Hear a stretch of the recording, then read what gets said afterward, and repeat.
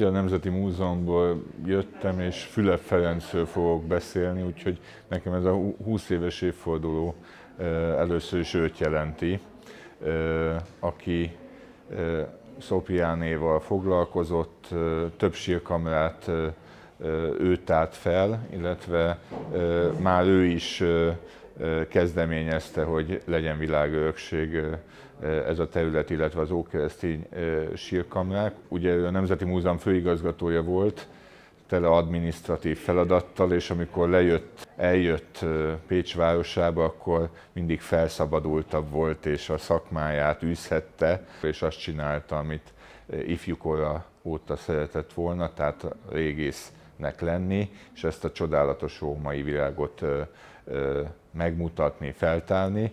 Amikor én ide kerültem 40 évvel ezelőtt a városba, akkor a későbbi világörökségi helyszínek periférián területén volt az első ásatásom, római kori település ásatás, és kerültem kapcsolatba a lassan felújítás alá kerülő mauzóleum ásatással, Fülöp Ferenccel, ami nekem akkor nagyon nagy megtiszteltetés és élvezet volt, hogy kezdő régész kollégával, valóban kollegálisan, szakmai egyenrangúsággal bánt és elfogadta, illetve várta a segítséget a helyi munkálatokban. Számomra így a napi munkával jutottunk el a világörökségi cím megszerzéséig, majd azután az épületek újabb felújítási periódusaihoz, és ma is így gondolok rá, hogy ez az életem része, szakmai életem minden napja volt. A nagy rajongója vagyok a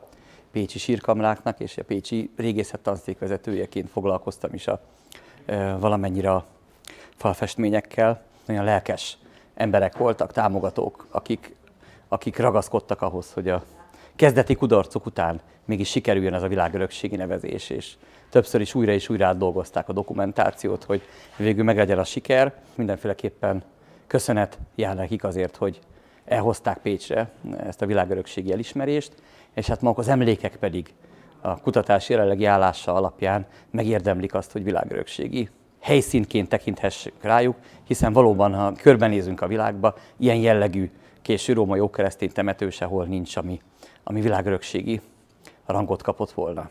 Úgy rám zódulnak az akkori emlékek, amikor ennek a világörökségi helyszínnek még az előkészítésével foglalkoztunk, és emlékszem azokra a napokra, amikor Újvári Jenővel és a csapatával küzdöttünk ezért a dologért. A legizgalmasabb része ennek a dolognak, amikor ez egyen előtte volt a 20 évnek, 1998-ban elmentünk együtt a pécsi delegációval, Újvári Jenő alpolgármester úr vezetésével a Párizsi Világörökségi Bizottság bürójának, tehát a vezetőségnek az ülésére, és a bürónak a munkájából tulajdonképpen azt lehetett leszűrni, hogy abban a formában, ahogy eredetileg elgondoltuk, hogy előre ez tervezve a pécsi világos helyszín, lehet, hogy nem lesz nagy esélye.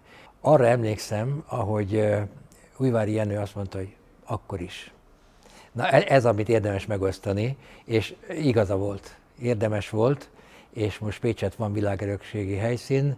Az első találkozásom a nevezéssel kapcsolatos problematika volt, és hát ez az, amit a legfontosabbnak tartom, mert örülök is neki, hogy sikerült részt vennem abban a folyamatban, hogy valóban világörökség legyen a ókeresztény temetői együttes, hiszen kétszer utasította el a Világörökségi Bizottság a nevezési pályázatot, és a második esetben az előzetes elutasítás hangzott még szerencsére csak el, de mint a bizottság tagja ott voltam jelen a párizsi megbeszélésen, és sikerült elérnem azt, hogy egy kiegészítő anyag beküldésével ismételten gondolja át és mérlegelje az ICOMOS és a Világörökségi Bizottság a nevezésünk véleményezését, illetve pozitív vagy negatív voltát, és ennek eredményeként sikerült világörökségi rangra emelni a helyszínt nemzetközi pályázat révén megindult a műemléki védőépületnek a kivitelezés és az azzal kapcsolatos feltárásokat 2005-2006-ban én vezettem, ami nagyon sok izgalmas pillanatot rejtett, nagy felfedezések, számos tanulmány született az én tollamból is ezzel kapcsolatban, a tanulságokból, és összességében sikerült a építészeti terveket, műemléki terveket, régészeti feladatokat egy rendkívül rövid idő alatt összehozni, és így sikerre vinni ennek a pályázatnak az ügyét. Bachmann Zoltán édesapám építészeti fő életműve az a világörökségi helyszínek rekonstrukciója, építészeti bemutatása, és gyerekként, illetve fiatal felnőttként rám nagyon nagy hatással volt az, ami minden bizonnyal az építész pályafutásomat is megalapozta, hogy követhettem édesapám tevékenységét a világörökségi helyszín különböző épületeinek védelménél, illetve a Cella Septiora látogatóközpont megalkotásánál. Én 2005 óta vagyok itt Pécsen, és tulajdonképpen az első ilyen élményem a világörökséggel kapcsolatban az a 2005-2006. Évi feltárás. Visi professzor úr ásatása volt, én pedig a helyi vezetőjeként tudtam itt részt venni. Szerencsével több olyan ásatáson részt vettem, vagy illetve irányíthattam, ami fontos adalékokat szolgál ennek a területnek a történetéhez. Így a Székesegyház altemplomában végezhettem feltárást.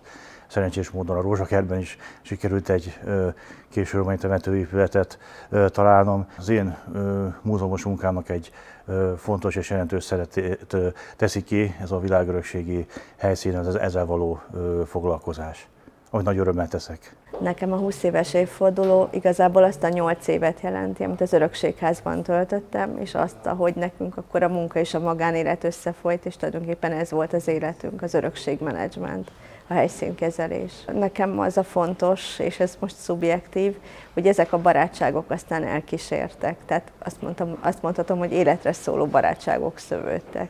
Ami számomra egy nagyon jó élmény volt mindig is, amellett, hogy részt vehettem rengeteg projektben, ami a világörökséghez kapcsolódik, az az, hogy mindig is egy kiemelten fontos értéknek tartottam Pécs késő római ókeresztény emlékeit, és az meg külön nagy megtiszteltetés, hogy nemzetközi eseményeken, konferenciákon és különböző projektekben képviselhettem a helyszínt, és az is mindig egy nagyon jó érzés, amikor külföldi szakemberekkel és kollégákkal értékelünk akár bármelyik UNESCO világörökségi helyszínt a világon, és itt mindig egy közös nevező az, hogy különleges helyszínnek tekintik magát a pécsi világörökséget is, valamint magát Pécs városát is. A 20 éves évforduló és maguk az emlékek is számomra olyan, mint egy generációs híd.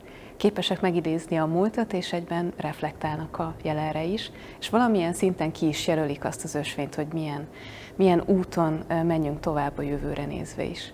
A legizgalmasabb az évtizedek óta megszerzett tudásanyagnak az átadása, lehet ez bármilyen formában, bármelyik korosztálynak, lehet ez óvodásoknak, általános iskolásoknak, felnőtteknek, vagy akár az idősebb generációnak is. Mindig nagyon fontos, hogy megismertessük az emlékanyagot a közönségünkkel, és ezáltal megszeressék ezeket a római kori emlékeket, hogy aztán a közeljövőben is meg tudjuk őket óvni. Legmeghatározóbb élményem a világörökséggel kapcsolatban az volt, amikor 2000-ben megtudtam, hogy Pécs egy világörökségi ranggal gazdagodott. Akkor még turisztikai szakemberként dolgoztam itt a városban, és azt egy hatalmas lehetőségnek láttam, hogy Pécs ezáltal több turistát vonzon ide. Igazából én az elmúlt 2 évben veszek részt ebben a világörökségi munkában szorosabban. Számomra ez egy óriási felelősséget jelent, egy óriási nagy kötelezettséget és egy nagy megtiszteltetést is egyúttal arra tekintetben, hogy megőrizzük, bemutassuk ezeket a fantasztikus értékeket, amikkel itt Pécs rendelkezik. Szeretném eloszlatni azt a tévhitet, hogy ezt az UNESCO-nak csináljuk. Nem, ezt magunknak.